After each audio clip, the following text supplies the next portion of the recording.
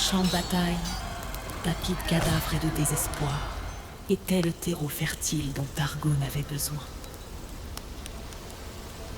Ce seigneur des ténèbres, attiré par la souffrance et la mort, s'immisça dans les guerres qui ravageaient l'archipel.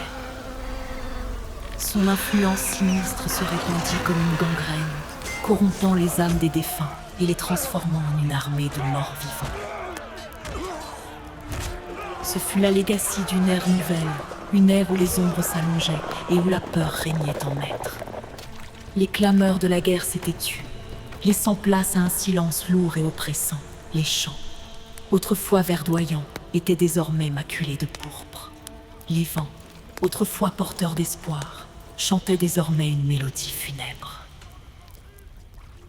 Et dans cette nuit sans lune, les morts se levaient, poussés par une force obscure, leurs yeux vides fixés sur un horizon obscurci par la menace.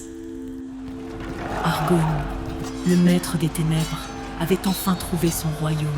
Les îles de l'archipel, autrefois paisibles, étaient devenues son nouveau terrain de jeu. Les survivants, terrés dans leur forteresse, ne pouvaient qu'assister, impuissants, à l'avènement de cette nouvelle ère de ténèbres. Les nuits s'allongeaient, enveloppant l'archipel dans un manteau de ténèbres de plus en plus profond.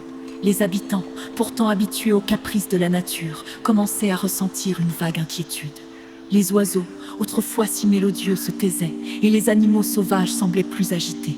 Les rêves devenaient de plus en plus troublants, peuplés d'ombres menaçantes et de visions d'horreur. Athanaël, le fils de Caël le Novien, était parmi les premiers à remarquer ces changements. Jeune et impulsif, il attribuait d'abord ces phénomènes à des superstitions ou à des coïncidences. Mais lorsque les corps commencèrent à disparaître des cimetières, même celui de son grand-père, il ne put plus ignorer l'évidence. Une peur froide le glaçait. Éréthène, fils d'Alden, plus âgé et plus sage, était sceptique. Il avait vu bien des choses étranges au cours de sa vie, mais cela dépassait tout ce qu'il avait pu imaginer.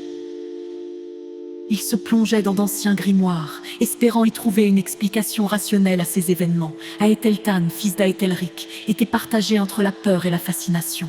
Il était attiré par le mystère qui entourait ces disparitions, mais il ne pouvait s'empêcher de frissonner à l'idée que quelque chose de maléfique rôdait dans l'ombre. Les trois amis se réunissaient souvent pour discuter de ces événements étranges. Ils échangeaient leurs peurs, leurs doutes et leurs théories.